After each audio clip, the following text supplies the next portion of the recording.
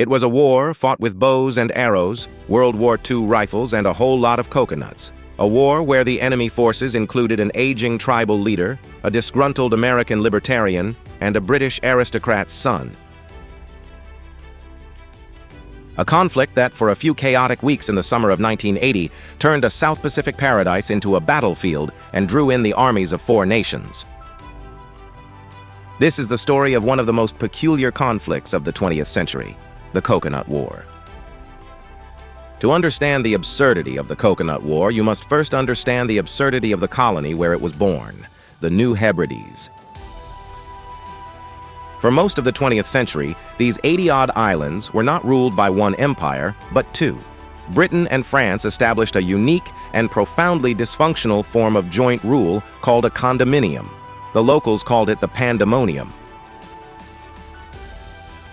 This meant 2 of everything: 2 police forces, 2 currencies, 2 education systems, even 2 prisons.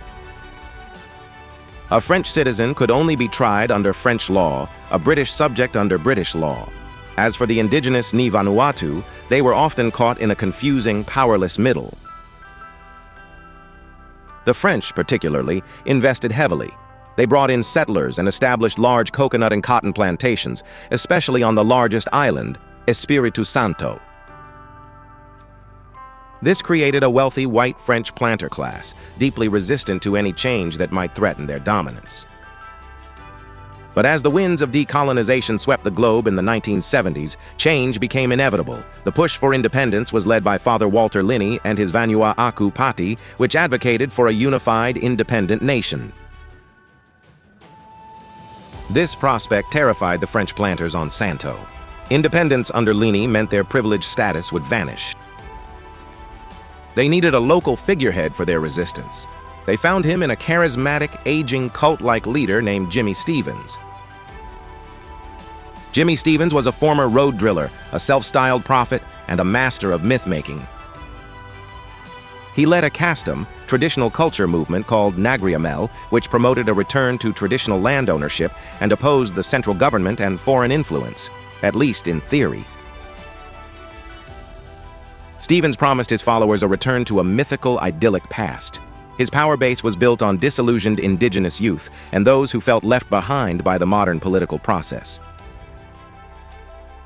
To the French planters, he was not a messiah, but he was a useful tool. They began funneling money, resources, and advice to Stevens, hoping to use his movement to create a breakaway state on Santo that would remain under their influence. The stage was set. As Independence Day, July 30th, 1980, approached, tensions soared. The British and French resident commissioners, still theoretically in charge, did little to stop the brewing storm. In fact, elements within the French administration were actively encouraging it. Then, in late May 1980, Jimmy Stevens made his move. His rebels, armed with a motley arsenal of hunting rifles, bows and arrows, and symbolic clubmasters, ceremonial clubs, seized control of Pacoa Airport on Santo. They cut communications with the capital, Port Vila, and declared the independent nation of Weimaraner. Jimmy Stevens was now, in his own eyes, a king. And he was about to get some very strange allies. Enter one of the strangest actors in this whole drama, Michael Oliver, an American libertarian millionaire and founder of the Phoenix Foundation. Oliver was obsessed with creating new libertarian utopias free from government control. He had previously tried and failed to create a micronation on a coral reef in the Pacific.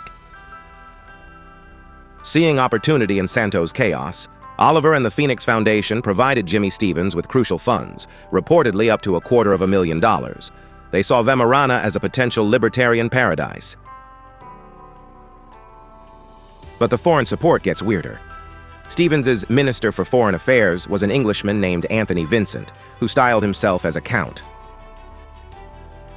He was the son of a British aristocrat and had a background in professional treasure hunting and filmmaking. With Phoenix money, Stevens's men began buying weapons, but their most significant acquisition was arguably psychological. They convinced many of the local French police, and even some of the British ones, to stand down or surrender their weapons.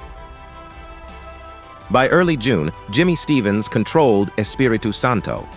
The nascent government of Walter Lini in Port Vila seemed powerless to stop him. Walter Lini's independent Vanuatu, due to be born in just weeks, was facing immediate disintegration. He requested military help. Canada offered a small peacekeeping contingent, but it was clear that a more robust force was needed. Lini turned to a surprising regional power, Papua New Guinea, PNG, which had itself gained independence from Australia just 5 years earlier. PNG's Prime Minister, Michael Somare, agreed to help. Sending the Papua New Guinea Defense Force, PNGDF, was a bold statement of Melanesian solidarity. It said, "Our decolonization will be defended by us." On July 30, 1980, Vanuatu celebrated independence in Port Vila. On Espiritu Santo, Jimmy Stevens's rebels did not. The new government now had to reclaim its territory. On August 10th, Operation Duty Calls began. Hundreds of heavily armed PNG troops landed at the main wharf in Luganville, Santo's capital. They were supported by a handful of British Royal Marines from the recently departed Condominium Police. The initial advance was cautious. The PNGDF, trained for conventional warfare, was now facing an invisible enemy in dense jungle. The rebels did not engage in pitched battles. They used guerrilla tactics, harassment, roadblocks, and yes, throwing coconuts from the trees onto the troops below. This is the moment that gave the conflict its ironic, media-friendly name, the Coconut War. But it was about to turn very real and very bloody. The PNGDF secured Luganville and then began moving inland toward Jimmy Stevens's headquarters at Fanafo. The rebels, now realizing the Coconut War was over, dug in. On August 17th, a PNG patrol was ambushed near Fanafo. A fierce firefight erupted. The PNGDF, with their modern SLR rifles and machine guns, unleashed overwhelming firepower against the rebels' old rifles and bows. When the smoke cleared, 2 PNG soldiers were dead. They were the only official combat fatalities of the Vanuatu government. But for the rebels, it was a massacre. At least a dozen were killed, with some estimates much higher. The myth of Vemarana was shattered by the brutal reality of automatic gunfire. Jimmy Stevens, seeing his cause was hopeless, surrendered soon after. The nation of Vemarana had lasted less than 3 months. The Coconut War was over. Jimmy Stevens was tried for treason and sentenced to 14 years in prison.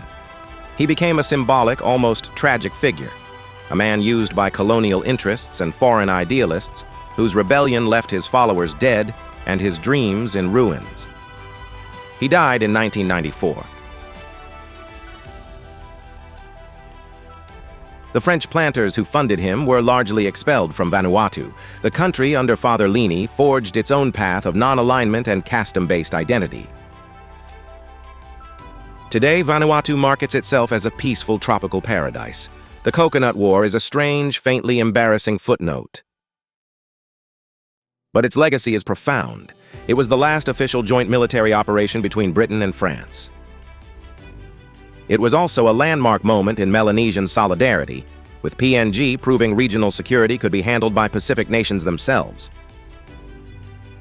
And it stands as a stark, bizarre example of how the dying embers of colonialism, mixed with local grievances and foreign meddling, can ignite a conflict that is both tragic and deeply, deeply strange. On the beaches of Espiritu Santo, the waves still wash up the husks of old coconuts. They are a reminder of the island's bounty, its serenity, and of the brief, violent moment when they became weapons in one of history's most unlikely wars. What other forgotten conflicts should we cover? Let us know in the comments. Thank you.